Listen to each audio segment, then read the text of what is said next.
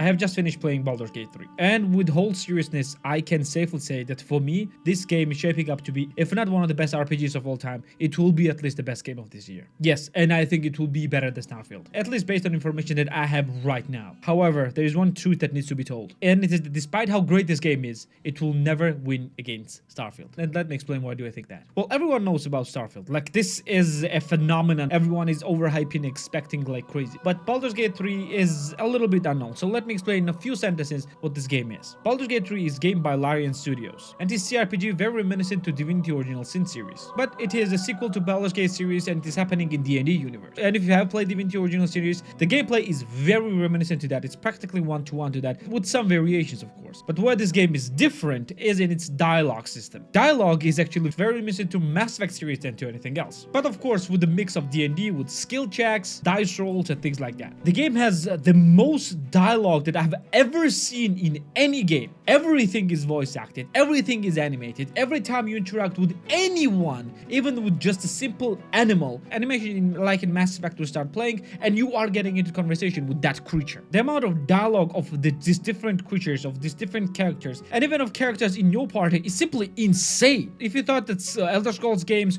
or Mass Effect games had a lot of dialogue, man, you will be shocked with this game. And not just dialogue, the amount of different choices that you have in the game and the amount of different ways to complete your objective is also insane. You can be a completely good person or a completely bad person, or just go straight to your goal, ignoring everyone and everything, despite most people burning in the fires of hell around you. Or you can help everyone and also suffer the consequences from that. Game's depth actually have shocked me, despite me playing a lot of different RPGs. And of course, this dialogue and presentation was probably the thing that I lacked in Divinity Original Sin series, and this has it all. But there also lies an issue. Game is so complex and game has so many different elements and game is so deep in every step of the way that it will be unplayable for most of the people. You see, many people don't like complex. Many people like simple and straight to the point. Many people just prefer to choose between good and evil and that's just it. Many people don't need to think about the choices that they will make. Many people just want to make choices and move on. And maybe it come back and do the different choice and that's it. Well, Baldur's Gate actually gives you this type of choices. Well, it also gives you a bunch of other choices. So it's actually quite difficult to connect all the dots like on a fly. And this issue also rises with the game's combat system. Well, you see, game's combat is like very reminiscent, still very reminiscent to Divinity Original Sin series. And it's turn-based, role-based, chance-based, and things like that. So even if you are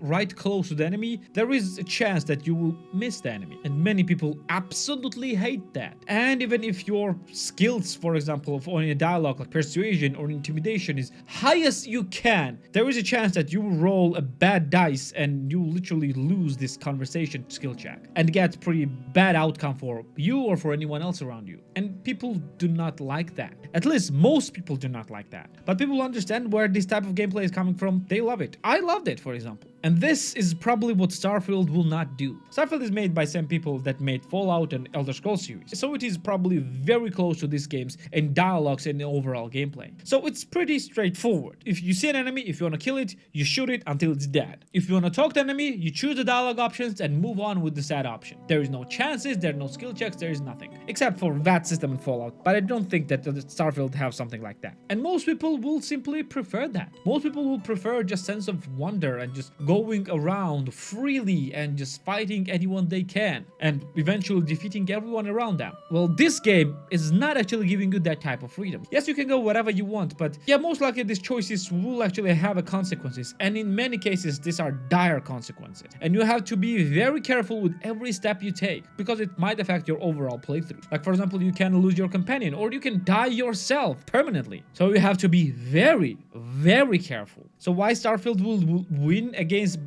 Baldur's Gate 3 despite probably being better game? Well, because better does not mean more accessible.